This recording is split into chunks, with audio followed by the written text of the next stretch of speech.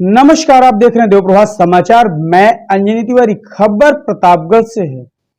प्रतापगढ़ में मांधाता नगर पंचायत के अंतर्गत प्राथमिक स्वास्थ्य केंद्र मांधाता है, जहां पर अव्यवस्थाओं के बीच में अस्पताल का संचालन चल रहा है। इस प्राथमिक स्वास्थ्य केंद्र में आप देखेंगे तो छत की दीवारें कितनी जर्जर हैं, जगह जगह से छत की दीवारें गिर रही हैं। इस वक्त वायरल फीवर, डेंगू, टाइफाइड जैसी गंभीर बीमारियां भी अपना पैर पसार चुकी हैं समाज में। काफी केसेस डेंगू के निकल रहे हैं इस क्षेत्र में, लेकिन व्यवस्थाओं की कमी के बाद भी यहां के डॉक्टरों द्वारा सुदृढ़ इलाज क्षेत्र के लोगों का किया जा रहा है। लोगों को लाभ पहुंचाने का एक प्रयास यहां के डॉक्टरों द्वारा किया जा रहा है। लेकिन वहीं हम व्यवस्थाओं की अगर बात करें अस्पताल की, तो बेड की कमी है अस्पताल में। आप देख सकते हैं कहीं मरीज को बैठाकर उसे बॉटल लगाए जा रहे हैं, तो कहीं एक बेड पर दो दो तीन तीन लोगों को लिटाकर बॉटल लगाए जा रहे हैं। अस्पताल की ये स्थिति है। आप भीड़ देख सकते हैं, कितनी भीड़ है इस प्राथमिक स्वास्थ्य केंद्र में।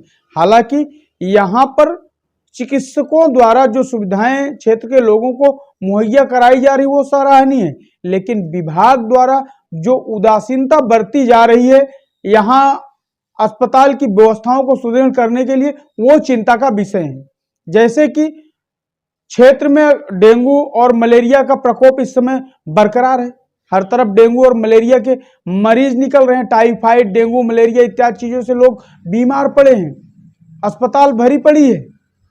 ऐसी जगह पर ना तो बेड की यहां पर संपूर्ण व्यवस्था है। मांधाता स्वास्थ्य केंद्र में मरीजों की भरमार एक तरह से लगी हुई है। अब हम बात करते हैं मांधाता विकास खंड के अंतर्गत जो ग्राम सभाएं आ रही हैं या नगर पंचायत है, वहां की भौगोलिक स्थिति की भी बात करना यहां पर जरूरी है, क्योंकि डेंगू, मलेरिया जैसे रोग, संचारी रोग अगर इतनी भारी मात्रा में फैल रहे हैं, अस्पतालों में इस तरह से लाइन लगी है, तो भौगोलिक स्थिति का भी आकलन आवश्यक होता है। बात हम करेंगे नगर पंचायत मांधाता की, जो शहरी क्षेत्र में तो जोड़ दिया गया है, लेकिन यहां पर कीटनाशक दवाओं का छिड़काव अभी तक देखने को नहीं मिला है। वही स्थिति विकासखंड मांधाता में सम्मिलित ग्राम सभाओं की है। यहां पर भी ना तो दवाओं का छिड़काव कहीं पर देखने को मिल रहा है, ना ही साफ सफाई का कोई माहौल है। नालियां बजबजा रही हैं गंदगी से, मच्छर उत्पन्न हो रहे हैं। मच्छरों के कारण ये रोग होते हैं।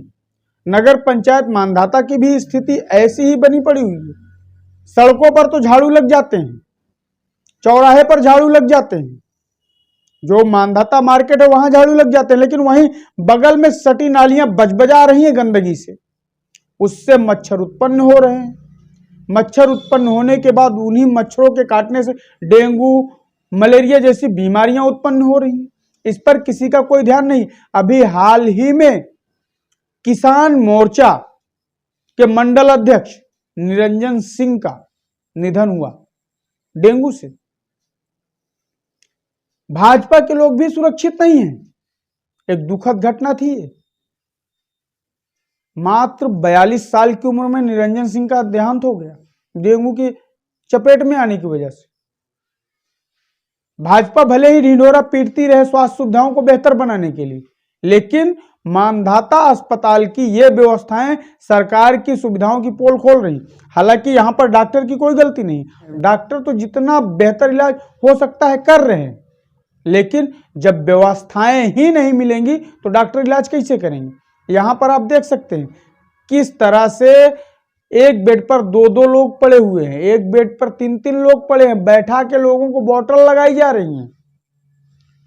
एक गंभीर समस्या है यहां पर मांधाता प्राथमिक स्वास्थ्य केंद्र में, और जिस समस्या को दूर करने के लिए यहां पर बिल्डिंग और बेड की व्यवस्था करना अति आवश्यक है। ग्राम सभाओं में सफाई कर्मी तो रखे गए हैं, लेकिन वो सफाई कर्मी काम कहां करते हैं इसका कहीं अता पता नहीं। नालियां बजबजा रही हैं, रास्तों में बड़ी बड़ी घासें फूसे झाड़ियां उगी पड़ी हैं, तो मच्छर यहां नहीं रहेंगे तो कहां रहेंगे। और इन्हीं मच्छर के काटने से डेंगू, मलेरिया जैसे बीमारियां हो रही हैं, जिससे लोगों की जानें जा रही हैं। लेकिन किसी को कोई फर्क नहीं पड़ता किसकी जान जा रही है, कहां क्या हो रहा है, किसी को कुछ लेना देना नहीं। सब अपने में मस्त, सबको सिर्फ राजनीति सेट करना है।